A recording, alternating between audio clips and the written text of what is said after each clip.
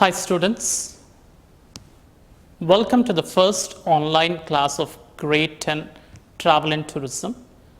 Today's topic for all the grade 10 travel and tourism students, today's topic which we are going to discuss is all about the marketing mix, the price element.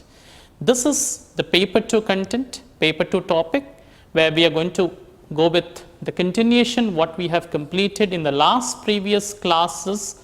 We have completed the marketing mix product part where we have discussed on the branding, product or service mix. We talked about the characteristics. We talked about the product life cycle there. So moving on to the today's topic, what we are going to discuss is all about the marketing mix price. Let's just talk about the introduction part, what exactly it talks about it. All organizations, if you see, has like when you talk about the business to business, faces the task of setting up a price for their product and service. It is very important part of a marketing mix that fix the right price for the right product in order to guide the organizations there. So what you can understand here is that price is one of the sensitive part, you could just say. This is one of the second important component of the marketing mix, where you can see that this is given the high number of, you could say, like the substitute products, wherein price is considered as one of the sensitive part for the organizations, and it is very important that to gain the customer satisfaction, price plays an important role there. So that's what you can see the slide there. Price is the only element in the marketing mix that creates revenue. There's no other one, right? Okay. Other than the price, you won't see a product, you won't see a place, you won't see a promotion, which will create the revenue. So price is the only element in the marketing mix which will create the revenue there. So it all depends upon how effective you play an important role. So here we need to just understand the price in the case of tourism. If you talk about it, it is the amount of customers, it is the amount of money that the customer is going to pay for it. So when you talk about in general the term price, it is in the tourism, if you talk about it, it is the amount of the money that the customer is going to pay. It could be like for a package you talk about it, it could be for any kind of a package offers, or it could be for the services what you're going to render from the travel agent or a tour operator. So what you're going to pay is what we talk about as concept, the price in the travel and tourism industry, right? So price has been a very significant, that's what we are talking about it. Now what exactly we need to understand is that there are two set of the things we have to understand. The whole marketing mix price concept, if you look into it, there are two set of the things. One will be the pricing, you could say the different types of prices. We can just highlight it, the different prices, pricing strategies, we can just talk about it, okay? Or we can even state it as the pricing policies. This first part is the pricing policies. Pricing policies is one particular thing. And the second part which we will be discussing it is the factors that affects the pricing. These are the only two concepts which we need to understand in this, the concept price, which is the most important element, the second important element of the marketing mix. And you will see almost very frequently from this questions, if you see the past paper questions, past papers of last 5 years, you can see pricing policies, there were 9-mark questions, there was a 6-mark question, even the factors that you can see a 6-mark question, which was been many times has been asked in the examination. So students, please make sure that every pricing policy is very important, right? Okay, you need to just go through it very well, and you need to apply the concept in the travel and tourism concept or travel and tourism related examples. You have to come up with it. Today's class we will only discuss on the pricing policies, and our next session will be on the factors part. Let's just talk about it, the pricing policies, the first part of the thing. What do you think a pricing policy? So when we just say a pricing policy, it is a course of action. If you just talk about it is a course of action which will influence or determine the decision of the price. Like for example, if you just talk about it, take this as a marker where I cannot actually simply charge the price for $100 or $150. There should be worth enough when I'm charging the price of this particular marker, right? So what exactly the pricing policy states to us? So pricing policy is the course of action that will influence and determine the pricing decision, okay? So today you can see the travel and tourism industry is playing a maximum role, okay, in setting up the price, okay? Definitely they will set the price based on the standards, based on the market, okay? So ultimately what happens? This price is the one which will maximize your market share. This price is the one which will increases your profitability. So this is the price which will enable you to increase your market share as well. So let's talk about the different pricing policies which you can see, or we can use it in the travel and tourism industry there. Let's talk about the first one. It is the market penetration.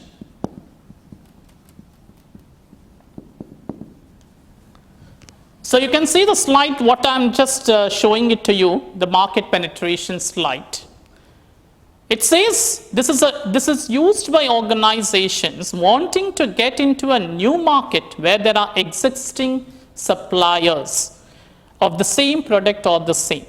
So you can see this market penetration is the most commonly, you could say, pricing policy which is adopted in the world of tourism.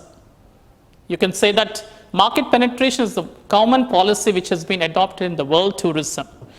Now what happens is market penetration is the one which will gain the, you could say, the entry into the market that will attract you to gain the market share.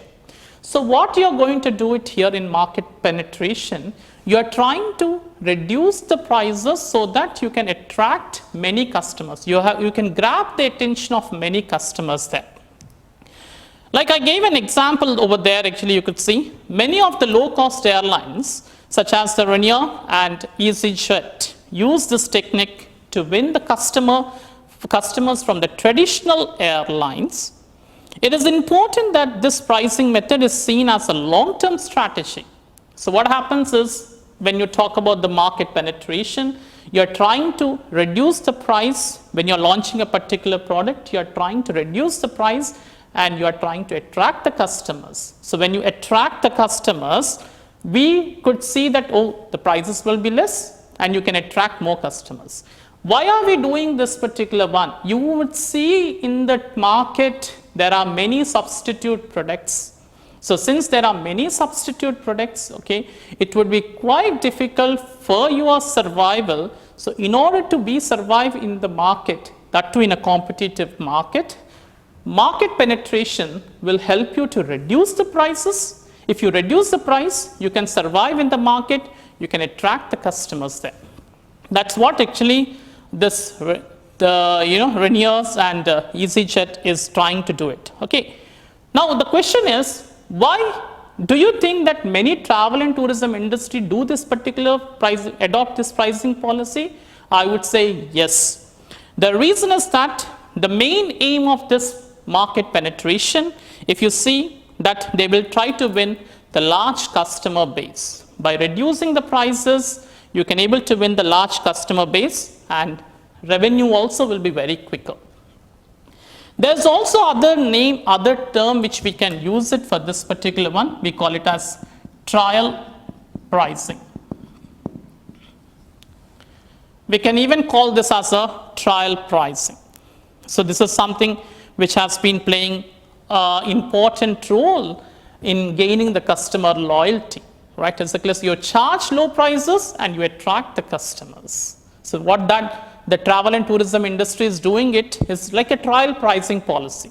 So what they do, they just give a trial and see that if a product is successful in the market, they could attract more customers, market share will increase, market customer base will also increase. So this is what the first first pricing policy, that is the market penetration.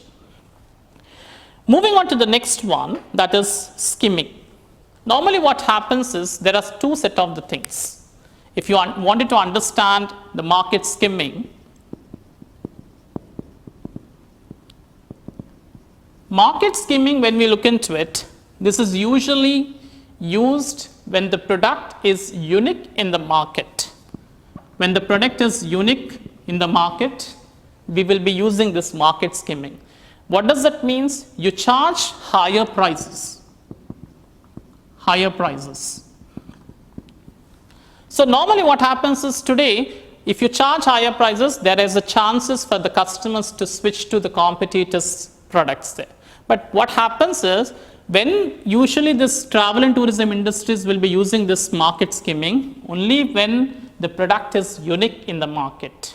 Like for example, if you talk about it, you just see there are a lot of underwater resort and spas there. It's a unique experience in the Maldives that we have underwater resort and spa.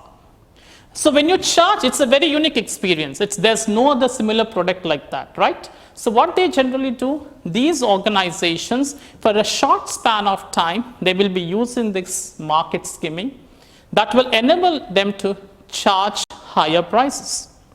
Exclusively, if you see, luxurious hotels, if you see, luxury cruises actually is a good example for this market skimming there. So today there are people who will be having a willingness to spend that money, or to charge, even if it is a higher price also, they are ready to bear it, they are willing to pay for the higher price for the product as well. So this is what the skimming talks about. So that means paying relatively high price is the first come. If you see here, if the product is only unique in the market only, they will use this particular pricing policy. We call it as even a strategy as well. Right. Moving on to the next one is the prestige pricing. What exactly are prestige pricing? So there's another term, if you look into it, we say prestige pricing. Prestige pricing, which we can call it as the premium pricing. Okay, so what exactly you just talk about the prestige pricing? It is a pricing policy, if you see, it is followed by the organization where there is a reputation. Premium, we call it as prestige. Prestige is nothing but a reputation, image where an organization has. Any company, any organization which they have a good reputation in the market, they are ready to charge higher prices there. So they fix the prices, very high prices, so that the customers will have a confidence that it is a quality based product. Like for example, if you talk about, you go to a Hotel Gen, the Shangri-La's Hotel Gen, we all know that it is a 5-star hotel and the service is very awesome. They can charge the premium pricing or a prestige pricing because the product, what they offer, and it also the quality of the service what they give is very much, everybody knows it actually, and every customer is very confident with the service what they provided, right? So that's what the prestige pricing just talks about it. It's one kind of an exceptional quality when you set higher prices, and based on setting higher prices, you can ensure that the organizations will be charging this premium pricing or prestige pricing, right? So this is what about the prestige pricing, right? So let's talk about the example of a prestige pricing. So when we say prestige pricing, which has been very much reputed, companies will be charging higher prices. We talked about it. They are pretty much confident of getting regular customers. So what we do it is generally they charge higher prices, exceptionally when the quality is very high, right? Just take an example in the slide which I have given to you. If nature-based tour operators wish to adopt this pricing strategy, they must ensure that the quality of the product reflects the high prices being charged. A tour package with professional guide to be limited number of group of customers. You can see the service, silver service dining at the campsite, the best equipment for the activities, the newest vehicles for transport, and the use of the world-renowned experts to instruct will all be needed to deliver the experience. So you can see this particular pricing strategy that will enable you to bring up all sort of actually the techniques, all sort of services you are trying to put it into the practice so that many customers will be enjoying it, first thing. Second thing is that it also increases the brand reputation of the organization. So travel and tourism industries are nowadays trying to go with this prestige pricing or premium pricing in order to ensure that they are unique in the market, they are providing then exceptional services in the market so that they could able to survive very easily in this competitive market. Then next move on to the next slide that we are talking about is going rate or price taking, or even we can state it as a competitive pricing.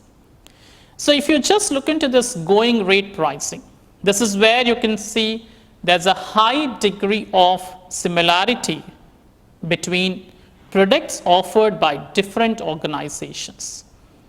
So here what happens, like the price may be determined by the going rate. We can call it as the price is determined by a going rate.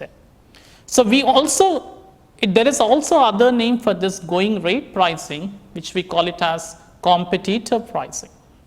So what generally they do it is, the firm will be charging the same set of the price or lesser price quite similar to the competitors. So when we talk about it, this kind of a pricing, when we are just saying it's purely a competitor based pricing. So nowadays what the tour operators are doing it is like a price match, because they have to price match with the competitors. Without the price matching with the competitors, it's quite difficult for their survival there. So nowadays, because we all know that the tourism products, it's all intangible product, right? So most often, if you see, quite set of similar products have been offered. So since the services or the products are quite similar, going rate pricing will avoid harmful pricing wars so that they could able to survive. At least when there are many competitors in the market, they can at least survive in the market very easily. Next one, we talk about the cost plus pricing. So this cost plus pricing is sometimes we call it as accountant's pricing. So normally this is very I could say like it is a common method which we will be using it, where the total all of this fixed cost like buildings and equipments which are there, and also the variable cost like the wages, your telephone cost, your energy cost. So what we do it is we combine together, and we will also add a small profit margin. So we will be charging a small profit margin like 20% or 30%, okay? So, and then we will be charging the actual price, that is the selling price. So the cost of the production, like you combine all the total cost and the variable cost, plus you will add the margin, the profit margin, so that will arrive at the price to charge to the customers, right? So this is what we call it as cost plus pricing. So I was talking about the competitive pricing, the same, quite similar. So it's like a going rate where the price will match with the competitors, because in order to you to survive, of course in this method we all know that you will have a low profit margins, but what will happen in order to see that you survive in the market, okay? So you have to go with this competitive pricing, which will enable you to gain at least survival, a nominal amount of profit which you can able to gain with this particular competitive pricing. So next we have this variable pricing. Students, this concept, even many times for 6-mark question, it was been asked in the examination. Even it was a 4-mark question, 6-mark question. So remember it, actually every part of the pricing policies are very important for us to understand the basic understanding why it is important in the travel and tourism industry. You have to clearly explain it, and always it is advisable to write some kind of a travel and tourism related example that will enable you to get good marks in the examination there. So what is this variable pricing? See, variable pricing, when we look into it, this is also known as a price discrimination, which will take into account the variability of demand. So you could see when you are charging different prices to different customers, different group of people, different people, and you're facilitating them with discounts and everything. So this policy is often adopted by organizations offering differentiated products and services. So different prices may set for different seasons of the year, if you see. Like sometimes in the low season, there will be a different set of prices. High season, there will be a different set of prices. But high prices usually are charged during the peak seasons. And when demand is high, prices are reduced during the low season. So, and then what will happen? When the demand decreases, the prices also are reduced there. So you can understand, like for example, take an example of the variable pricing. Good example is the airlines. Airlines, they have we call it as a price discrimination. So you have a different set of tickets prices. For the adults it will be separate, for children it will be separate, for the infants it will be separate there. So this is a good example of variable pricing there. And another example which you can take in UK, especially for example, any student, wherever, if you have a student ID card, okay, student identity card or ID card or college ID card, we can call it as. If you have it, and wherever you go, whether you go to a fast food center, whether you go to a KFC, whether you go to a saloon, or wherever you go, they have a policy called students prices. That means whatever the market price is there, based on that, 20% you will be getting a discount. It's called as a variable pricing. So it's a discrimination pricing. Okay, so this discrimination pricing has been used. It's just to ensure that you can attract many customers. It's kind of you are trying to stimulate the demand, you can say. So why this price discrimination is set? Because if you see, in general practice, selling the same product or service at 2 or more prices in different parts of the market to different customers, this is often you can see in the travel and tourism industry, which is commonly playing this. Like for example, you go to any attraction, okay, or maybe to an event. They say for adults, so and so price. And if it is a child, you have a half ticket or the lesser price. That means you can see, if you wanted to even see any attractions, okay, like you go to a Disneyland, you have a different prices. For the adults, it is different price. For the children, it is different price. So students and older people are charged differently. Like usually it is lower prices at the attractions. So what happens? This price discrimination is the practice of setting a different price for the same product in different segments in the market. So that what happens is you can attract many people there. Then we have next one, promotional pricing. So promotional pricing, sometimes you could say, you know this buy one get one free offers, the schemes which we are going to put it. Right? So the main reason of this particular promotional pricing is to ensure that you could able to increase sales dramatically. So what will happen is, it might be the cases when we talk about the promotional pricing, It might be the cases where you are reducing the prices so that there might be an unsustainability of low levels. You can see the cases where there is no demand. In that cases, in order to sustain yourself in the market, we use this kind of the pricing schemes, we can call it as buy one get one free offer schemes. So that when this is done, there will be, you can see that many gets attracted and the customers will start buying the product. Okay, even if you talk about the packages, like you talk about the Air Asia promotional pricings. So you see $145.9 to and fro from Male to Kuala Lumpur and Kuala Lumpur to Male, it's to and fro ticket. Even there are cases where $110, $120, they are just setting it. It's a promotional pricing that will attract you, okay, and also the customers dramatically, your sales will also increase. This is also one kind of a strategy that travel and tourism industries are been doing it so that they can able to compete the market very well. So I just was talking about the discount pricing, quite similar way. So what happens is in a discount pricing, where you can see the products have not sold in sufficient quantity. So, or you could say when a product reaches close to its expiry, the provider often goes with this discount price, or you could say discount like 20% discount, 30% discount, 40% discount, like that.